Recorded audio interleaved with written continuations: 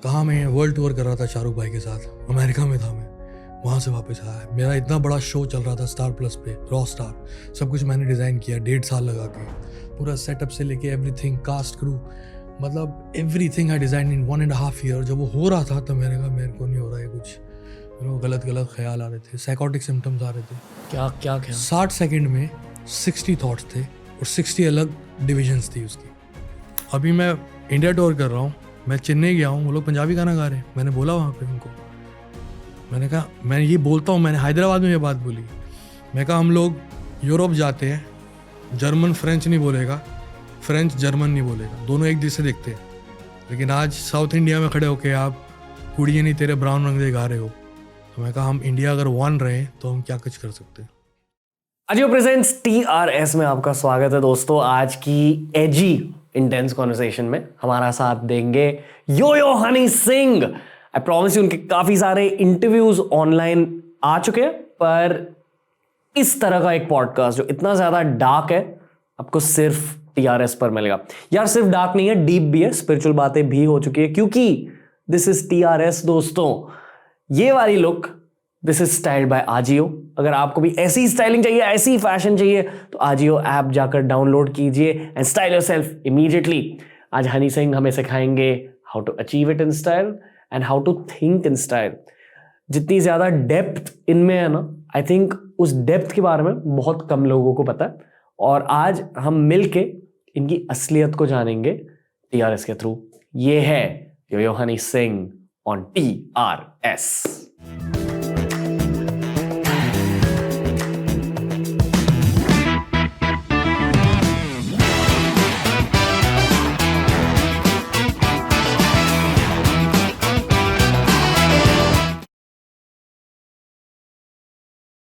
यो हनी सिंह, कैसे हो भाई? बढ़िया भाई, बिल्कुल मजे में। बहुत अच्छा लग रहा है कि आप मेरे सामने बैठे हुए हो। थैंक्स भाई, thank you so much. I am feeling कि the college me is dreaming right now. अरे वाह, अरे कैसे हो भाई? मजे में भाई, बिल्कुल बहुत बढ़िया। Okay. इतनी ज्यादा फ्रेंडली वाइब है आपकी। बस भाई आपका दोस्त ही हूँ, भाई हूँ बड़ा।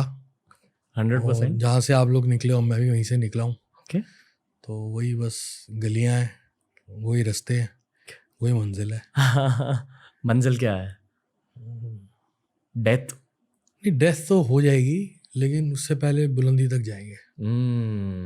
ओके डेथ तो हो ही जाएगी, वो तो क्या ओके। है। लेकिन तब तक ऐसा कुछ करेंगे कि जो लोगों ने नहीं देखा पहले। बुलंदी को थोड़ा ज्यादा ब्रेक डाउन कीजिए। बहुत कुछ है। सबसे पहले तो वो करना है जो नहीं किया गया।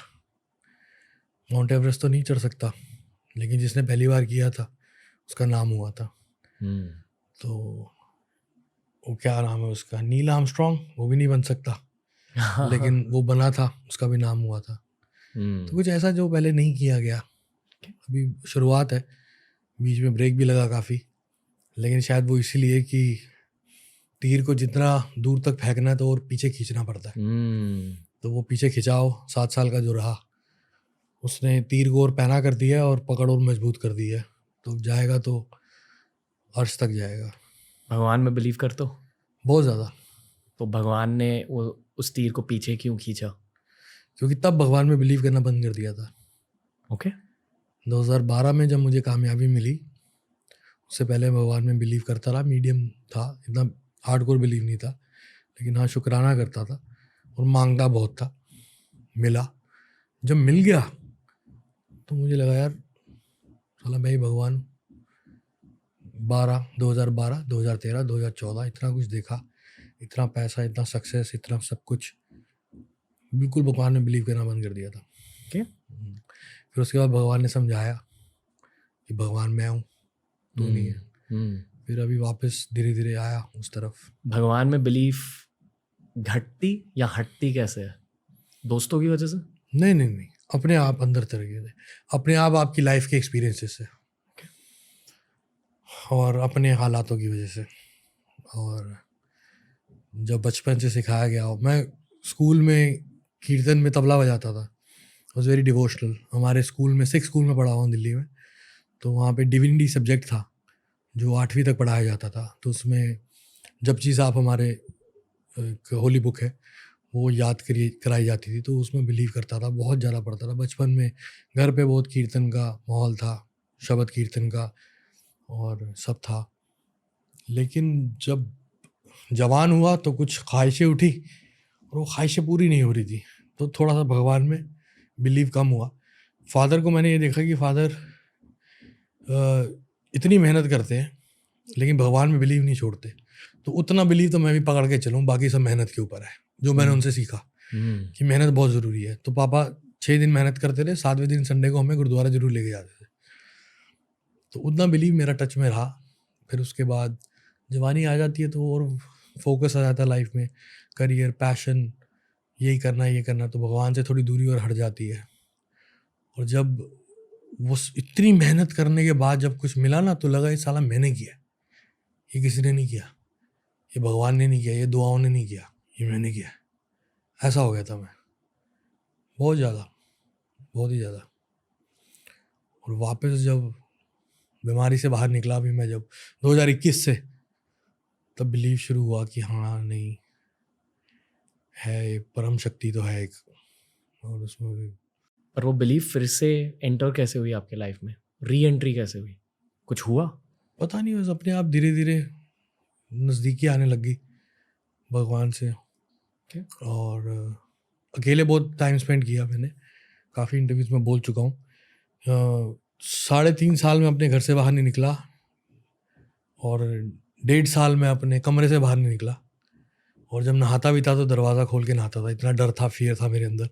Bipolar disorder with psychotic symptoms की मुझे प्रॉब्लम हुई थी, जो सूखे नशे करने से और शराब पीने से होती है ज़्यादा, और कम सोने से होती है, और गलत लाइफस्टाइल से होती है। और सूखे नशे मतलब वीड? या बहुत ज़्यादा करता था मैं। 2012 में इंट्रोड्यूस हुआ था, 2 साल बहुत किया मैंने, एक्सट्रीम में कर दिया था, तो उसकी वजह से कोलैप्स हुआ सारा करियर, सब कुछ। तो बाकी उस डार्कनेस में बहुत कुछ दिखा, भगवान दिखा, शैतान दिखा, दोनों ने बाहें फैलाई, फिर चुना मैंने भगवान को। पता है, जब मैं कॉलेज में था तब रूमर्स होते थे कि आपको किसी सैटेनिक चर्च में देखा गया है, ये सच है? हाँ, मैं गया था सैटेनिक चर्च में? इंग्लैंड में। क्या है वो? पर पता है क्या हुआ था आपको? नहीं। मैं इंग्लैंड में था, शूट कर रहा था, तो मुझे एक लेडी जो मेरे किसी दोस्त को जानती थी, उन्होंने मुझे बोला कि आपको मेरे साथ कहीं चलना है। मैंने कहा जी आप जैसे कहें, चलते हैं शूटिंग के बाद। कहते खाना खाने चलना है, आपकी पसंद का होगा। बैंकॉक में एक रेस्टोरेंट है जिसका नाम है अलसना, पाकिस्तानी रेस्टोरेंट है। वहाँ का मुझे पुदीना चिकन बहुत पसंद है, जो मैं 2007 से खा रहा हूँ। ये कहानी बता रहा हूँ आपको, 2013 की शुरुआत की। मैं लंदन में था, मैं वहाँ गया, वहाँ इंडियन रेस्टोरेंट था एक। ये पहली बार मैं किसी कैमरे के सामने ये बात बोल रहा हूँ, सॉरी भाई। नहीं सही है, होनी चाहिए बात है। तो मैं वहाँ गया, पूरा रेस्टोरेंट खाली था, एक गोरा बारटेंडर था और वेटर कोई नहीं था। उस लेडी ने बिठाया, कुछ बातें करनी शुरू करी, ऑर्डर नहीं लिया गया, लेकिन ऑर्डर मेरे सामने आ गया, और वो वही पुदीना चिकन था जो मैं बैंकॉक में खाता था। उसकी शक्ल लग रही थी। मैंने कहा ये क्या हो रहा है भाई, ये तो बड़ी लगता है, मेरे यारों दोस्तों से पूछ के लगता है कुछ ऐसी चीज़ बताई गई है कि मेरे को पसंद है, और यहाँ अरेंज करी है, देखने में तो वही लग रहा है। मैंने कहा वो वही टेस्ट था। मैंने कहा ये क्या है? कि ये कुछ भी नहीं है। मैंने कहा तो कि ऊपर चलेंगे। वहाँ सीक्रेट डोर था ऊपर एक, वहाँ पे सैटेनिक चर्च था जो खाली था, वहाँ बाहर बोर्ड लगा हुआ था। वहाँ मैं गया, मैं बहुत एक्साइटेड था, क्योंकि मैं 2012 से भगवान को मानना बंद कर दिया था। मैं शैतान को मानना बिलीव नहीं किया था, लेकिन शैतान की तरफ अट्रैक्ट बहुत हो गया था। शैतानी हरकतें करता था, नशे करता था, ये करता था, वो करता था, याशी करता था, तो मैं उस तरफ अट्रैक्टेड बहुत था। तो मैं उस चीज़ से डरा नहीं, सैटेनिक टेम्पल से। मैं जाके एक बच्चे की तरह उन कुर्सियों में जाके बैठ गया, फोटो ही करा रहा था। और वहाँ की एनर्जीज बहुत डिफरेंट थी, बहुत स्ट्रॉन्ग। कैसी थी? कंप्रेस करते ना, जैसे कंप्रेसिंग थी, बहुत कंप्रेसिंग। क्लैप भी मारोगे तो रिफ्लेक्शन नहीं आएगी, हैवी एनर्जीज बहुत ज़्यादा। तो मुझे समझ में आया कि काम सीरियस है। सो यदि what you want to do in life, I say whatever I want to do, I will do, come to us. He'll get you everything. Boys come there with bigger plans, council sets, they'll help them. मैं समझ गया ये मुझे करना नहीं है, लेकिन एक एक्सपीरियंस के लिए एक्सपीरियंस बहुत अच्छा है. तो ये बात तो किसी को पता भी नहीं है. वो इंटरनेट पे मैंने फ़ोटो फेसबुक पे डाली थी जो 1 घंटे में उतार दी गई थी. मेरा मीडिया देखता था राज भाई, कनाडा से, इंग्लैंड में रहता रहा था वो, तो उसने हटा दी. कहते नहीं ये हटानी पड़ेगी. तो वो फिर फ़ोटो हटा दी गई थी. मैंने वो उनका वो डंडी सी होती है वो पकड़ी हुई थी और ऐसे करके कुर्सी पे बैठ के भी, जहाँ वो मेसन्स बैठते हैं वहाँ तक गया. बट उससे ज़्यादा कुछ नहीं हुआ. उससे ज़्यादा कुछ नहीं हुआ. ओके, क्योंकि रूमर्स ये थे कि आपने शैतान के साथ एक डील बनाई है जिसकी वजह से आपको सक्सेस मिला है. मैं उसके बाद एक्साइट हो गया, बहुत एक्साइटेड हो गया और इल्यूमिनाटी कल्चर के बारे में बहुत रिसर्च करना शुरू हुआ, बहुत इंक्लाइन हो गया उस तरफ. असल में famous people are into illuminati culture. I don't know, they say this lots of speculation. Okay, सच तो पता नहीं क्या है क्या नहीं, बट लेकिन कुछ है, स्ट्रॉन्ग है.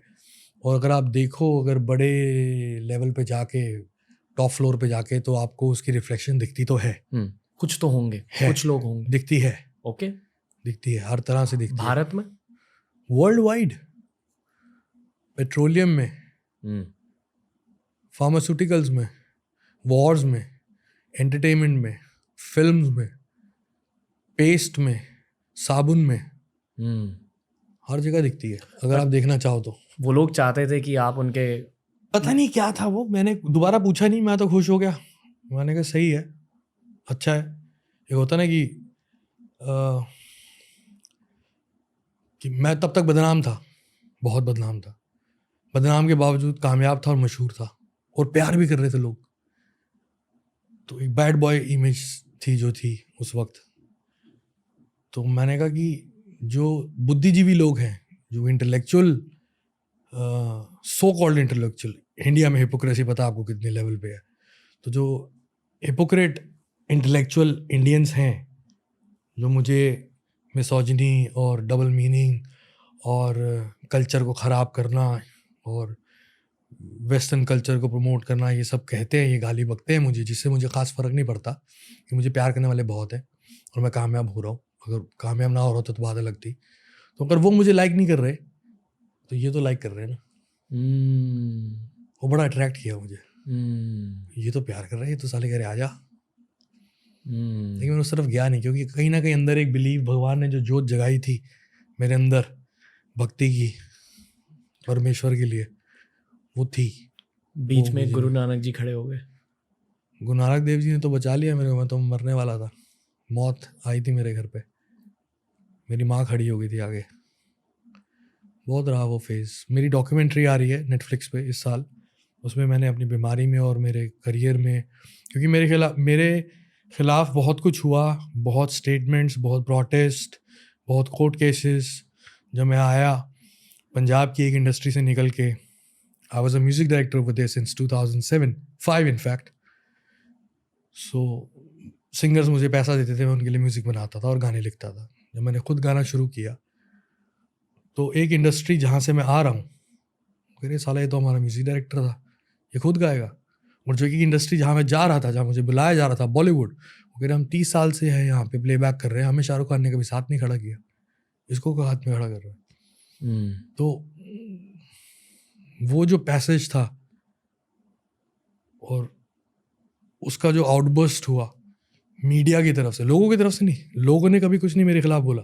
लोग बोलते तो मैं हिट ना हुआ था. कुछ कॉन्स्पिरेसी करने वाले लोग ने मेरे खिलाफ एक ऐसी इमेज डेवलप करी, एक ऐसा मीडिया में प्लान डेवलप किया कि इसको ये बोलो. मैंने कभी क्लैरिफिकेशन नहीं दी. मैंने आज तक कोई इंटरव्यूज़ नहीं दिए, क्योंकि मुझे 5 स्लाइड में टेलीविजन पे बैठ के ये नहीं कहना था, नहीं ये मैंने नहीं किया, वो मैंने नहीं किया, ये मैंने नहीं किया. और तब पॉडकास्ट एग्जिस्ट नहीं करते थे. और मैंने कहा एक वक्त आएगा, एक कैमरे पे बैठ के, एक माइक पे बैठ के एक बारी बात करेंगे. तो फिर नेटफ्लिक्स मेरे पास आया कि हम आपके ऊपर डॉक्यूमेंट्री बनाना चाहते हैं, आप बताइए इंग्लिश में बनाए हिंदी में. मैंने कहा हिंदी में बनाइए.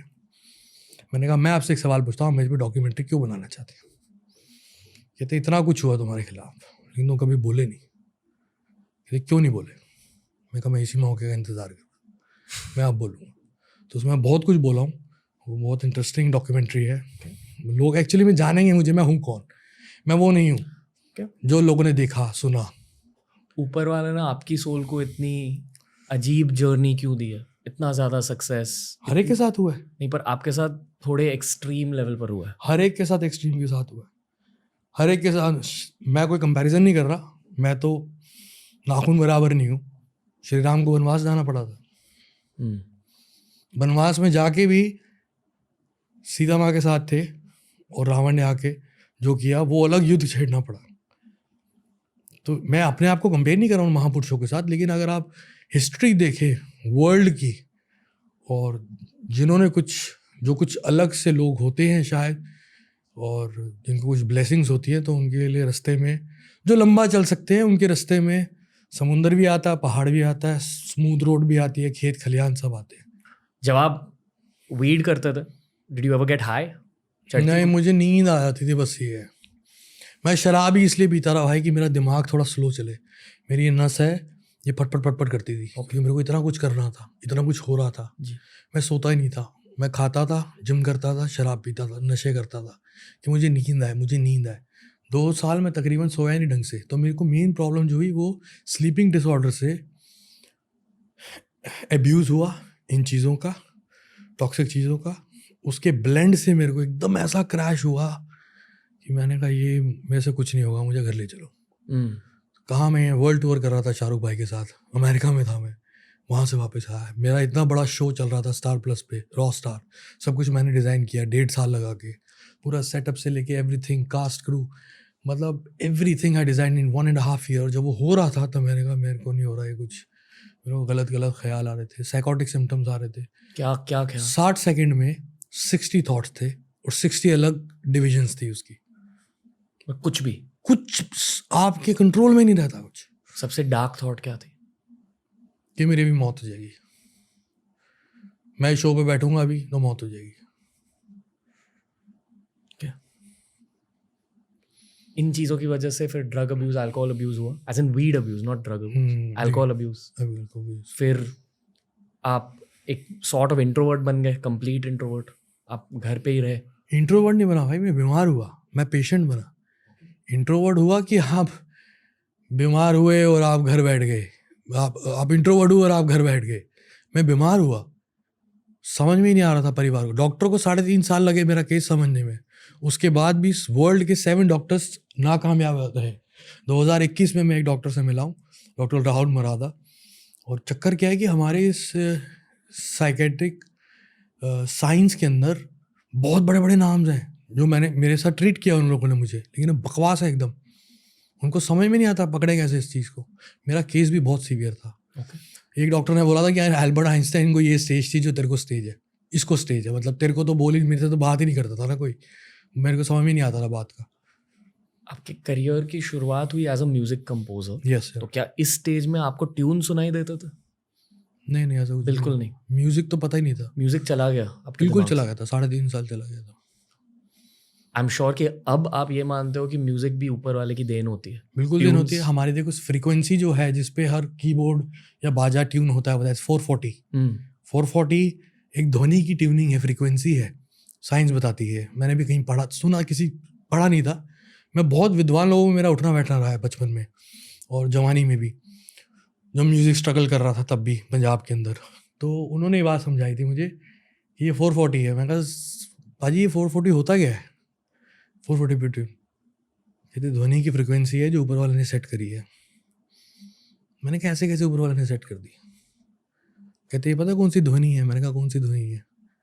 कहते एक छड़ी घुमाते आवाज़ आती है। मैं कहा आती है। कहते क्या आवाज़ आती है? मैं कहा सी आवाज़ आती है। कहते अर्थ भी तो घूम रही है, उसकी भी तो कोई ध्वनि है।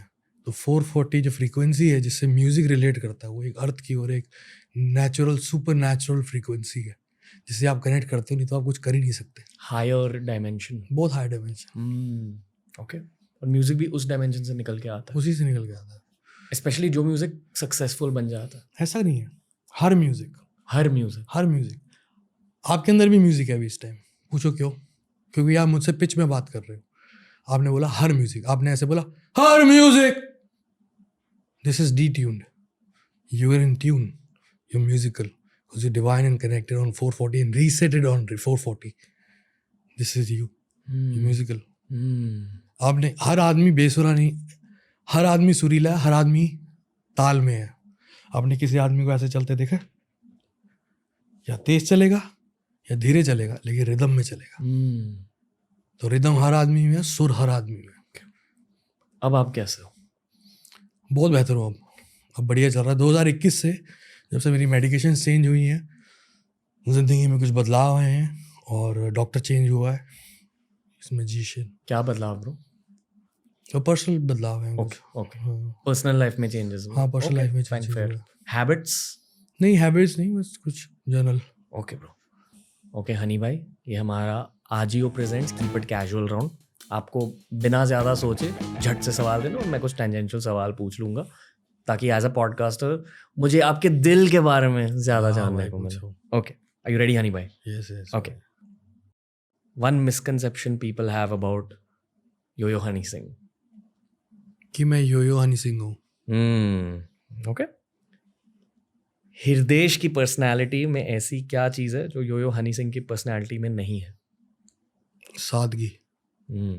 Okay, is Hridesh a good guy trying to be bad or a bad guy trying to be good? He's a very bad guy. Trying to be good. No, not trying anything. Not trying anything. I never tried to be something.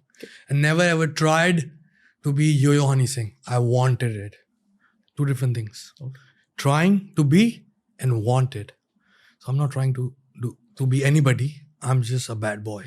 You think you're a bad guy? Very bad guy. Okay. अगर कपड़े आपकी personality की एक offshoot है।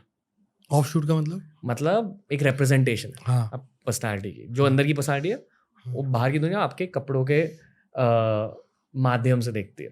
Okay, अगर कपड़े आपकी personality की एक ऑफशूट है तो इस हिसाब से यो हनी सिंह की फेवरेट आउटफिट क्या है? फुल ऑफ डायमंड्स, जो अभी तक बनाई नहीं। Okay. Top to bottom bling. Okay cool.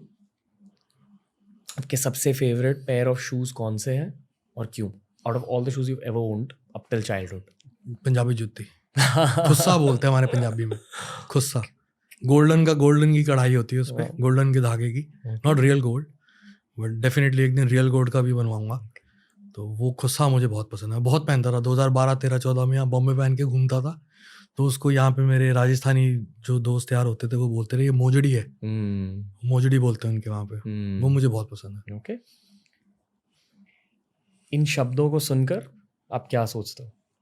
पैसे, एवरीथिंग, गाने, life, sex, oh man I love it, weed, I hate it, Hridesh, me, सफलता, इस बेवफा, ह्यूमिलिटी, ह्यूमिलिटी मतलब विनम्रता, विनम्रता मतलब डाउन टू अर्थ। हाँ ठीक है, मीडियम। ओके, बॉलीवुड, बॉलीवुड, माया नगरी। हाँ, माया नगरी। ओके, माया, इल्यूजन। इल्यूजन ओके, है ही नहीं वो जो दिखाते हैं। Okay, share one truth and one lie, एक सच और एक झूठ अबाउट गॉड, भगवान के बारे में। झूठ, सच पहले भगवान के बारे में यह है कि वो हर जगह है, और झूठ पता नहीं कंट्रोवर्शियल हो सकता है अगर मैं बोलूँ तो, कि भगवान मंदिर, गुरुद्वारा और चर्च में और मस्जिद में मिलता है। ओके, ये झूठ है मेरे हिसाब से। Okay, alright. आप बेसिकली ये कहने की कोशिश करो कि भगवान हर जगह है, हर जगह, ना कि एक जगह पे। नहीं है। ओके, सैटानिक चर्च में भी वहाँ नहीं है, वहाँ नहीं है भगवान। वहाँ नहीं है, ओके, वहाँ नहीं है, सिवाय वहाँ उस नहीं है, जगह के। वहाँ नहीं है। सच में? नहीं ब्रो, वहाँ पे वो कुछ अलग जगह है, वो अर्थ ही नहीं लगा मुझे। ओके, हनी सिंह का फेवरेट परफ्यूम और क्यों? Tobacco colour. ओके, इसका क्रिश्चियन डियोर का। क्यों? क्योंकि थोड़ा सा बोल्ड है। हाँ बोल्ड है, और थोड़ा वुडी है, और थोड़ा टोबैको है। नहीं, पर साइकोलॉजिकली क्यों? वार्म है। ओके, वार्म है थोड़ा। ओके, जैसे यूरोपियन परफ्यूम्स होते हैं तो वो बहुत कूल होते हैं, ये बहुत वार्म है, और आपको बड़ा गर्म रखता है, ओके यू नो, अंदर से। ओके, आपको कंफर्ट महसूस होता है उससे? कंफर्ट नहीं, वार्मथ, ओके वार्मथ मिलती है उससे। ओके, ठीक है। लड़कियों को भी बहुत पसंद है। कूल, ठीक है। इन चीजों में किस चीज की कमी है? मुंबई मुंबई मुंबई में क्या कमी है? कुछ नहीं, सब बढ़िया है। पंजाब? पीस। अब की आज की बात करो तो ओके पंजाब वो रहा नहीं जब मैं रह रहा था वहां पे। ओके, आपके दिल में पीस की। पीस नहीं है अभी भी? नहीं। सक्सेस में किस चीज की कमी है? अगर सक्सेस में इस चीज की कमी है कि वो है ही अच्छी, मैं इसको एक्सेप्ट करता हूँ, मेरे हिसाब से ठीक है, लेकिन किसी और के लिए, मेरा छोटा भाई जैसे आप हो, हम मेरे छोटे भाई हो, अब मेरा भाई ये काम कर रहा है, पॉडकास्ट कर रहा है, मीडिया के अंदर है, सब कुछ कर रहा है, मैं चाहता हूँ मेरा भाई सक्सेसफुल हो। तो सक्सेस में एक कमी पता है क्या है? तोड़ेगा बहुत आपको, रुलाएगा बहुत, नाकामयाबी बहुत दिखाएगा। तो अगर मैं छोटे भाई के पॉइंट ऑफ व्यू से देखूं तो कमी है, लेकिन अगर मैं अपनी तरफ से देखूं तो ये खूबी है सक्सेस की। अपनों पे ना लगे ना। अब गुड़िया मेरी सिस्टर है, ऑस्ट्रेलिया में रहती है, अब वो नौकरी करना चाह रही है वहाँ पे, तो मेरे को होता है कि ये सब कुछ सही सही चले, इसके लिए जो सक्सेस, जो तकलीफें मैंने देखनी थी वो मैं देखूं, इसको ना आए। काफी ज्यादा डीप बातें कर रहे हो। Anyway, next. मैं ऐसा ही हूँ भाई। नहीं, ठीक है, I am loving doing this podcast with you, बस यही थैंक है। You, same here brother. कुछ नया है। प्यार में किस चीज की कमी है? प्यार में कोई कमी नहीं है, कंप्लीट होता है प्यार। कंप्लीट होता है। ओके, वो भी बताऊं किसका? माँ का। Okay, may be if I asked you कि रोमांस में किस चीज की कमी है, you have said may be माँ के प्यार की। हाँ, ये भी बात है। ओके, ये बॉलीवुड वाला पिक्चर भी यूज कर लेंगे डायलॉग। हम क्लेम करेंगे, हम क्लेम करेंगे। ओके, मॉडर्न इंडियन म्यूजिक में किस चीज की कमी है? कोई कमी नहीं है, कंप्लीट है। हाँ तभी तो मॉडर्न है। Okay okay, fair. अगर आप अपने बच्चों को बस एक ह्यूमन वैल्यू सिखा पाओगे अपने लाइफ में, तो कौन सा ह्यूमन वैल्यू होगा? सिर्फ अपने माँ बाप की इज्जत करना। रिस्पेक्ट। हाँ। Okay, strangest habit of Honey Singh? Strangest habit मतलब? आपकी कोई वियर्ड चीज बता दो। वियर्ड? मैं हूँ ही बहुत वियर्ड आदमी। जो लोग मेरे साथ रहते हैं ना, उनसे पूछो मैं किस तरह का आदमी हूँ। बहुत मुश्किल आदमी हूँ मैं साथ में रहने के लिए, ओके, बहुत ज़्यादा। Okay. तभी मैं इश्क में भी बहुत नाकामयाब रहा। तो कल ही मैंने एक शेर लिखा, इस बात पे शेर सुनाऊं? आपका ये प्लेटफॉर्म बहुत अच्छा है शेर सुनाने के लिए। तो कल ही मैंने इस बात पे शेर लिखा है, हर जगह फतेह हो, हर जगह फतेह हो, सब कुछ पा रहा हूँ मैं दुनिया में, पैसा, ये हो, स्टारडम, एवरीथिंग वापस आ रहा है। हर जगह फतेह हो तो शिकस्त तो होगी, तो इश्क पे रख हौसला आशिक, तेरी जिंदगी जबरदस्त होगी। लेकिन नाकामयाब बहुत रहा मैं आज की में, अपनी वजह से, कि मैं बहुत मुश्किल हूँ, बहुत मुश्किल आदमी हूँ रहने के लिए। सेम, मेरे साथ रह नहीं पाता कोई। सेम। वही, ऊपर वाले ने सब कुछ दिया है पर प्यार नहीं दिया। प्यार बहुत दिया है, हाँ, मतलब रोमांस नहीं दिया। रोमांस भी बहुत दिया है, इश्क नहीं दिया। इश्क नहीं दिया। इश्क का कोई और वर्ड नहीं है। Yes. शादी करनी है दिल में वो वाली शादी feeling? मेरी हो गई थी एक बार, अब सेपरेट हो गया मैं वाइफ के साथ। अब दोबारा तो नहीं करूंगा, लेकिन मम्मी पापा कह रहे हैं थोड़ा वक्त देखो, करना है तो करो। पर आप हो तो आशिक। मैं आशिक हूँ, बहुत तगड़ा, बहुत तगड़ा, हर पंजाबी लड़का आशिक होता है, बहुत तगड़ा, इन सम वेरी कोर लेवल। बहुत तगड़ा। ओके, अगर आप अब 22 साल के हृदय से मिलोगे तो आप उन्हें क्या बताओगे? उसको सब कुछ पता है। पता है? 22 साल के हृदय को सब कुछ पता था। एक अवार्ड जीत चुका था बेस्ट साउंड इंजीनियरिंग का। एक गाना था उसके पास, खड़के गलासी तेरे नाते, 2005 में। उसको सब कुछ पता था। अगर हृदय को, अभी वाले हृदय, 1 साल के लिए देश का पीएम बना दे तो वो क्या बदलाव लाएगा? बदलाव क्या लाएगा? हमारे देश में किसी तरह सेकुलरिज्म वापस आ जाए और तगड़े तरीके से। ओके, और कुछ? क्योंकि हमारे महाराजा रणजीत सिंह जी थे पंजाब के, जो सिख एम्पायर चला काफ़ी वक्त, तो ये लोगों को बहुत कम पता है. लोगों को लगता है कि वो सिख एम्पायर था, तो majority of six were only 18% at his rule. Multiple culture के सेकुलर लोग थे. हर मंदिर, धर्म और गुरुद्वारे, गिरजाघर और मस्जिदें बनी गई हैं उस वक्त पंजाब में, और उनकी पूरे एम्पायर में, नॉट इवन पंजाब, बहुत बड़ा प्रोमिनेंस था उनका जी.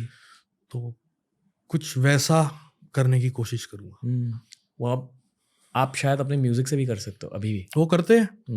अभी मैं इंडिया टूर कर रहा हूँ. मैं चेन्नई गया हूँ, वो लोग पंजाबी गाना गा रहे हैं. मैंने बोला वहाँ पे उनको, मैंने कहा, मैं ये बोलता हूँ, मैंने हैदराबाद में ये बात बोली, मैं कहा हम लोग यूरोप जाते हैं, जर्मन फ्रेंच नहीं बोलेगा, फ्रेंच जर्मन नहीं बोलेगा, दोनों एक जैसे दिखते हैं. लेकिन आज साउथ इंडिया में खड़े होके आप कुड़िए नहीं तेरे ब्राउन रंग दे गा रहे हो, तो मैं कहा हम इंडिया अगर वन रहे तो हम क्या कुछ कर सकते हैं. Complete the following sentences. My biggest fear is dash. Death. Honey Singh looks sexiest in. As in. नहीं, in what? In suits. Okay. Pain is dash. Pain is pleasure. Pleasure. Rap is dash. Rap is बकवास. Okay. Rap की full form क्या है? जावेद जाफरी साहब ने बनाई थी, रहें आप परेशान. मैं वो बातें करूंगा जिससे आप परेशान रहेंगे. ओके. फॉर मी, छोटे होते जावेद जाफरी साहब को सुना है, तो उन्होंने एक उनके इंटरव्यू में बात बोली थी कि रैप का मतलब रहें आप परेशान. तो रैप तो एक बकवास है. ओके. 5 इंडियन म्यूजिशियन जिनके आप फैन हो. A.R. Rahman, Apache Indian sir, Amar Singh Chamkila, Kuldeep Manak और सेवमनी. क्या मॉडर्न रैप सिनारियो को इम्प्रूव करने के लिए 4 टिप्स हनी सिंह के अकॉर्डिंग? यार ये अलग है कुछ, ये कुछ और अभी हो रहा है. ओके. तो इस पे बहुत बड़ी डिबेट है, बहुत लंबा चैप्टर चल जाएगा इस पे हमारा. ओके. तो क्योंकि ना मैं 2003 से बीट्स बनाना शुरू किया. जो अंडरग्राउंड इंग्लिश में रैप करते थे लड़के दिल्ली में, कुछ गोवा से थे, इंग्लिश में रैप करते थे, उनके मैंने बीट्स बनाना शुरू किया 2003-04 में. तो उससे पहले मैं हिप हॉप का एक म्यूजिक जर्नलिस्ट था. मैं पूरा हिप हॉप सुनता था एज ए जर्नलिस्ट. एक एक बीट की लेयर को खोल देता था, ये क्या बजा हुआ है, कैसे बजा हुआ है, क्या टेम्पो है, क्या बेस है. तो मुझे म्यूजिक की सेंस नहीं थी. उस तरह एज ए म्यूजिक जर्नलिस्ट में ड्राइव हुआ कि I want to make this beats, I want to do this. So as music producer, singer, rapper, writer, if you ask Yo-Yo Honey Singh कि अभी जो चल रहा है उसके रैप के बारे में आपका क्या कहना है, उसके बारे में क्या चेंजेस है, मैं कुछ नहीं कह पाऊंगा क्योंकि मैं खुद एक स्ट्रगलिंग आर्टिस्ट हूँ. लेकिन as a music journalist, if you ask me about hip hop, lots of things, big chapter, एक पॉडकास्ट होगा इस पर. Okay, cool. आपकी लीस्ट फेवरेट गाली? लीस्ट फेवरेट गाली यार, फिर मम्मी ने बोला था कोई पॉडकास्ट के अंदर ना गाली नहीं देनी. लीस्ट फेवरेट तो ये साले कुत्ते ही होती है. ओके, जो बेसिक वाली गाली है. बेसिकली ओके, एवरेज हो गया. Okay okay fine.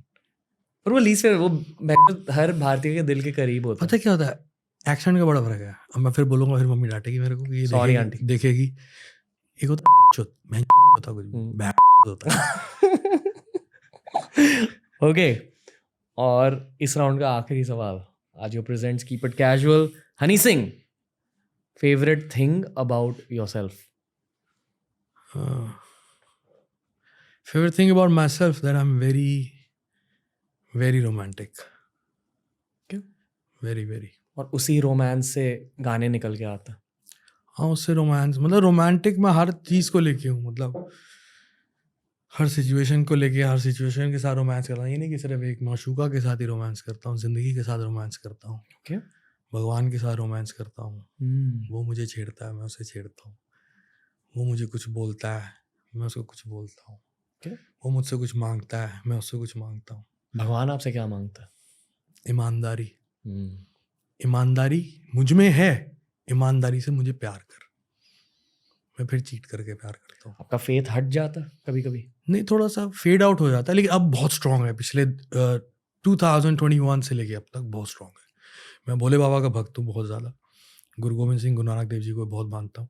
सारे धर्मों में मानता हूँ, लेकिन भोले बाबा जी के साथ बहुत मेरा एक कनेक्शन है। क्यों? पता नहीं, वो मुझे ऐसा लगता है कि वो ना सब कुछ उन्होंने, सारे भगवानों ने, सारे देवी देवताओं ने बहुत कुछ झेला, बहुत कुछ सब कुछ, लेकिन वो मतलब वो बहुत बहुत प्राइम, और कितने ही बाकी देवताओं ने उनको पूजा, कितने संतों ने उनको पूजा, तो वो एक अलग ही पर्सनालिटी है और अलग ही पावर है और डिस्ट्रॉयर है, और कोई प्लेजर में नहीं है वो। शमशान घाट पे उनकी मूर्ति लगती है, गले में सांप है, वो साधु हैं, मलंग हैं। इतनी प्रीचिंग्स नहीं है जितना वो, देखा जाए तो, जो मैंने भी रिसर्च करने की कोशिश करी, कि भोले बाबा की इतनी प्रीचिंग्स नहीं है जितना आप उनको सिर्फ देख देख के और ध्यान कर करके ही सीख सकते हो। मुझे नहीं ऐसा लगता कि मेरी नॉलेज कम है, शायद क्या पता हो, जैसे कि गीता है, रामायण है, बाकी अलग अलग वेद हैं, तो मुझे लगता है कि शायद बाकी देवी देवताओं के उसके अंदर इन्फ्लुएंसेस बहुत ज़्यादा होंगे, लेकिन भोले बाबा के काफ़ी कम है। लेकिन भोले बाबा वैसे इतने संपूर्ण है कि उनको देख के, उनको ध्यान करके एक पावर आती है। आप करते हो ऐसे? बहुत ध्यान करता हूँ। म्यूजिक के लिए? नहीं, अपने आप के लिए, खुद के लिए, पीस के लिए बोला ना, दिल में पीस नहीं है। मैंने 500 पॉडकास्ट किए हुए हैं और बहुत कुछ सीखा है। संस्कृत में एक शब्द है इष्ट देव। इष्ट देव मतलब आपके खुद के पर्सनल भगवान कौन, और जो आप अभी कह रहे हो बेसिकली आपके इष्ट देव है। हाँ, इष्ट देव। और कहा जाता है कि हर सोल अपना इष्ट देव पता कैसे चूज करता, based on what your soul needs at that moment. तो कहते हैं कि जो लोग शिव जी से ड्रॉन है, भोले बाबा से ड्रॉन है, उन्हें एक्चुअली स्पिरिचुअलिटी से प्यार है। और अगर आपने भोले बाबा की प्रार्थना करी, वो आपको आपके मटेरियल गिफ्ट्स दे देगा ताकि आप स्पिरिचुअलिटी की ओर जल्दी से चले जाए। अच्छा, do you believe? You don't have to मुझे एग्री विद पता नहीं था, मुझे पता नहीं था इस बारे में। मैं मटेरियल गिफ्ट्स के लिए ध्यान नहीं करता। सबसे ज्यादा मैं ध्यान करता हूँ भोले बाबा का पावर के लिए और पीस के लिए। प्यार भी एक मटेरियल गिफ्ट होती है। हाँ, ये भी बात है। मतलब इश्क भी मटेरियल गिफ्ट होती ये भी बात है। सेम, देयर इज नो, ये भी बात है। इमोशन है ना। हाँ, इमोशन है, प्लेजर मिल रहा है। स्पिरिचुअल चीजें उस पार होती है। हाँ, वो अलग है। वो तो है, वो तो है। ओके, वो बहुत अलग है। आगे के क्या प्लान्स है हनी भाई? बस वही बताया शुरुआत में, बहुत कुछ करेंगे, जो मन करेगा वो करेंगे। तो भोले बाबा के भक्त मैं बचपन से भी ऐसा ही हूँ। जो मन करता वही करता हूँ, और जब जो मन किया वो तब किया, जो मन नहीं किया तो नहीं किया। प्लान्स मैं बहुत बना के रखता हूँ जिंदगी में। मैं 10 प्लान बनाता हूँ और मेरे साथ ये ऐसा होता। अपनी औकात से बड़े सपने देखता हूँ, बचपन से देखे, पहुँचा, और बड़े सपने देख रहा हूँ। अभी आपको बताऊँगा तो आप शायद हंसोगे, लेकिन वो मैं कर दूंगा 10 साल में, 12 साल में, 15 साल में।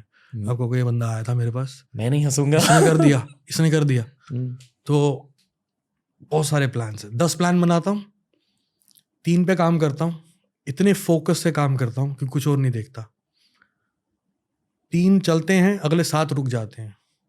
उसके बाद अगले 3 वो आते हैं जो मैंने अगले साल के लिए सोचे थे, वो मेरे पास चल के आते हैं। ओके, कि अरे तुम ये क्या कर रहे हो, तुम ये करो, अरे ये तो मैंने अगले साल करना था, ये अब आ गया। बॉलीवुड मेरे पास आया, मैं बॉलीवुड के पास नहीं गया। They came to me, I was in Mohali. Shiv ji ने उनको पुश किया आपकी ओर। मैंने गाना बनाया भोले बाबा पे 2013 में, शिवरात्रि पे बना बाई चांस वो। गाने का नाम है झूम, बहुत ज़बरदस्त गाना है। मैं रिलीज़ करूँगा जल्दी किसी भी शिवरात्रि पे। आप और भी गाने बनाने वाले हो ऐसे धार्मिक?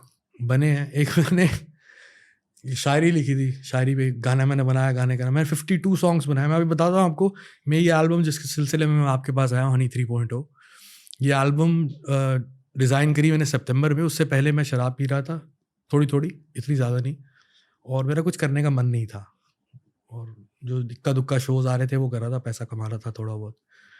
तो मेरे को किसी ब्राह्मण ने बोला था कि आप गंगा जी होके आओ, तो मैंने कहा चले जाऊँगा। तो मेरे को फरवरी में बोला था, और मैं गया, मैं अमेरिका गया, अमेरिका से बहुत शराब पी, और वहाँ से वापस आया। मैंने गंगा जी चलेंगे, गंगा जी गया, मैं स्नान किया, पूजा करवाई मैंने, उसी ब्राह्मण ने आके करी, और वापस आया। मैंने सारी बोतलें उठा के फेंक दी स्टूडियो से। मैं कहा कोई नहीं दारू पिएगा, अब काम करेंगे। गाने बनाने शुरू करे, एक रात में 4 गाने बन गए। मैं कह रहा तो साला एक रात में 4 गाने बन गए, टूटी खुली कुछ अजीब सी अपने आप गाने बनने लग गए। तो मैंने 52 सॉन्ग्स बनाए हैं 2 महीने में, सितंबर और अक्टूबर में। और अभी एक लेटेस्ट मैंने स्पिरिचुअल गाने तो हैं मेरे पास 3-4 और भी हैं। एक मेरा गाना है, वो गाने में बात नशे की हो रही है, लेकिन मैंने कई लोगों से ये सुना है और बड़े अच्छे खासे लोगों से ये सुना है कि हमें बड़ी स्पिरिचुअल वाइब आती है उससे। गाना है मनाली ट्रांस मेरा।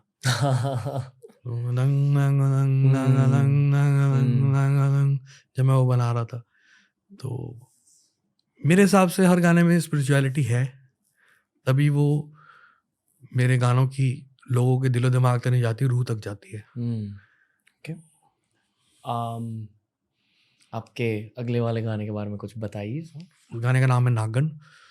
तो उसमें पंजाब के अमर सिंह चमकीला जी, जिनको मैंने काफ़ी सुनना शुरू किया लिरिकली, और उनका वोकल टेक्सचर बहुत डिफरेंट है। तो जब मैं पहले गाने निकाल रहा था 10 साल पहले, जैसे ब्राउन रंग, ब्लू आइज, देसी कलाकार, they are all western melodies. तो इस बारी मैं कुछ डिफरेंट कर रहा हूँ, मैं फोक टेक्सचर यूज़ कर रहा हूँ, but the beat is hip hop and I shot the video in Mexico with bloody 50 girls in bikini. It's a total contrast. लोग कहेंगे क्या किया इस आदमी ने, क्या ज़रूरत थी ये सब करने की, बट वो मेरे को विजुअल वही दिख रहे थे उसमें कि मैं इसमें ये विजुअल दूंगा और बिल्कुल डिफरेंट कलर्स होंगे और ग्लैमर होगा, टू मच स्किन शो होगा, और ये इसको मैं ऐसे ही प्रेजेंट करूंगा। आप बहुत ब्लेस्ड इंसान हो कि इतने आइडियाज सामने से आते हैं, सर्कमस्टेंसेस सामने से आते हैं आपके लाइफ में। मतलब कुछ तो किया आपके सोल ने शायद पिछले जन्म में, आई डोंट नो व्हाट। मेरी डॉक्यूमेंट्री में इस सवाल का जवाब है। मुझे पता है मेरी सोल ने पिछले 5 जन्म में क्या किया। आपने कुछ रिग्रेशन थेरेपी की थी? कोई थेरेपी नहीं की। फिर अपना ध्यान है मेरा, मतलब अपना बिलीव है मेरा। ओके, बहुत स्ट्रांग है। ओके, मेरी डॉक्यूमेंट्री में इसके ऊपर, इस उंगलियों पे मैंने चीज़ें बताई हैं, जरूर देखिएगा। Definitely bro. आपके लिए स्पिरिचुअलिटी क्या है? मेरी स्पिरिचुअलिटी क्या है? आपके लिए स्पिरिचुअलिटी का मतलब क्या है? संगीत और प्रेम। Okay, okay. एंड में हनी भाई आपसे बस एक सवाल पूछना चाहूँगा कि आपके लाइफ की सबसे सुंदर मोमेंट के बारे में बताइए। जो एक सबसे सुंदर मोमेंट जब मेरी बहन की शादी हुई थी। क्यों? ऐसे ही क्योंकि उसने अपनी 2007 में जब मैं पंजाब शिफ्ट हुआ तो वो कॉलेज में पढ़ रही थी, ठीक है, और मैं 12 तक पंजाब में रहा, वहाँ काम कर रहा था। सैटरडे संडे घर आता था दिल्ली, टाइम नहीं दे पाता था। और 12, 13, 14 में मैं स्टार बन गया, बहुत पैसा कमाया, बहुत टूरिंग कर रहा था, उनसे मिल नहीं पा रहा था। 14 में सब क्रैश हुआ। मैं जब घर पहुँचा तो मेरे माँ बाप और मेरी बहन थी। तो मैंने कहा साला मैंने इनको सारी ज़िंदगी वक्त नहीं दिया, अब जब मैं इनके पास वापस आया तो कैसे आऊँ ऐसे। और उसके बाद धीरे धीरे ठीक नहीं हो रहा था, लेकिन मेरे को मैं सबको घर पे बोलता रहा इसकी शादी करो, इसको भेजो, इसकी शादी करो, इसको भेजो। तो बोलती भाई जब तो ठीक होगा ना मैं तब जाऊँगी। तो मुझे आज भी याद है जब उसकी शादी हुई तो मैं ठीक नहीं था पूरा, मेरे को सिम्टम्स आते थे, लेकिन वो एक सपना था मेरा कि मेरी बहन की शादी होगी, जिसने अपनी जवानी ख़राब करी मेरे लिए। इंतज़ार किया, किसी आशिक के लिए नहीं इंतज़ार किया, एक भाई के लिए इंतज़ार किया कि ये ठीक होगा तो ये मुझे डोली में बिठा के भेजेगा। तो ब्यूटीफुल मोमेंट था मेरी लाइफ का। हनी भाई की लाइफ पर एक मूवी बननी चाहिए। बनेगी, मार्टिन स्कॉर्सेज़ी बनाएगा या रिडले स्कॉट और अंग्रेजी में बनेगी। मैं आपको एज अ म्यूजिशियन जानता था, आपको एज अ मीडिया पर्सनालिटी जानता हूँ, बहुत अच्छा लग रहा है आपको एज अ ह्यूमन जानकर। सच कहूँ तो ये एग्जैक्टली एक पॉडकास्ट नहीं है, क्योंकि पॉडकास्ट बहुत स्ट्रेच्ड आउट होता है, मुझे जानना है आपके बारे में। बट आई अंडरस्टैंड कि आपकी एक डॉक्यूमेंट्री आ रही है। हाँ, उस डॉक्यूमेंट्री के बाद मैं जेन्युइनली आपसे बातें फिर से करना। हाँ, बैठेंगे, उसके बाद क्या करेंगे ना, उस डॉक्यूमेंट्री के ही दौरान एक पॉडकास्ट करेंगे। Okay, cool, I am happy to भाई। पर बहुत कुछ देखा आपने लाइफ में, and I pray to Bholenath कि ये सिर्फ आपकी बिगिनिंग है। बिल्कुल, and I am sure you feel that yourself. बिल्कुल 30% मिला अभी जी, आगे और बहुत कुछ करना है। 70% बाकी है। Yes bro, 70%। I wish you all the luck. Thank you भाई। Before I let you go भाई, हमारी टीम की ओर से we have a gift for you. अरे वाह, मेरे हाथ पर चोट लग चुकी है, can't give it to myself भाई। नहीं भाई, this is on behalf of team TRS and team Ajio. Thank you, brother. इसमें सिर्फ मटेरियल गिफ्ट्स नहीं है, and I know even you don't like accepting gifts, मैं सेम टाइप का हूँ, मुझे बहुत अजीब लगता है, हाँ, पर ये मान लो कि भाई का प्यार है उसमें, डन। तो जस्ट एक्सेप्ट अल्लाह। स्टूडियो में रखेंगे इसको, हाँ जी भाई। यादगार। अब दिल्ली आओगे मेरे पास जी जी 100%। बिना कैमरा के। यस यस ब्रो, बहुत कुछ बातें कुछ करनी है देखेंगे, कुछ देखेंगे, ओके ठीक कुछ है। दिखाऊंगा, क्या देखा? कुछ महसूस कराऊंगा, ओके ओके। क्योंकि वो हर एक को नहीं करा सकते। हाँ जी, जो कर सकता है उसी को महसूस करा सकते हैं। I understand bro. बहुत अच्छा लगा आपसे बात करके। आई wish you all the luck. Thank you brother, thank you so much. God bless you bro. Pizza. तो दोस्तों ये था आज का पॉडकास्ट। जिस दिन ये एपिसोड रिकॉर्ड हुआ उस दिन हनी भाई थोड़े हरी में थे, which is why we couldn't talk for long. I feel कि यो हनी सिंह टीआरएस पर लौट के आएंगे, हृदेश भाई टीआरएस पर लौट के आएंगे, बहुत कुछ बताएंगे उस वाले पॉडकास्ट में, तो उसका डेफिनेटली इंतजार कीजिए। कुछ लोगों से बात करने के बाद तुरंत पता चल जाता है कि ये कितने ज्यादा ओपन है, कितने ज्यादा ऑनेस्ट है। That's what struck me about Yo Honey Singh. बहुत सारे सवाल पूछने यार, अकॉर्डिंग टू मी ये प्योर पॉडकास्ट नहीं है, थोड़ा इंटरव्यू स्टाइल कॉन्वर्सेशन हो गया, पर जो राउंड था ना Ajio presents keep it casual round, उसमें इस इंसान की असलियत दिख गई, इनके दिल के बारे में मुझे पता चला। आई एम श्योर आपको भी पता चला होगा। This lots more he has to offer. दोस्तों ये वाली look, this is style by AJIO. अगर आपको भी ऐसी ही स्टाइलिंग करनी है खुद की, तो please download the AJIO app, begin shopping now. AJIO presents TRS पर बहुत ही जल्दी लौट के आएगा आपका भाई Ranveer to bring you more deep conversations, hopefully very soon, with आपका भाई यो हनी सिंह।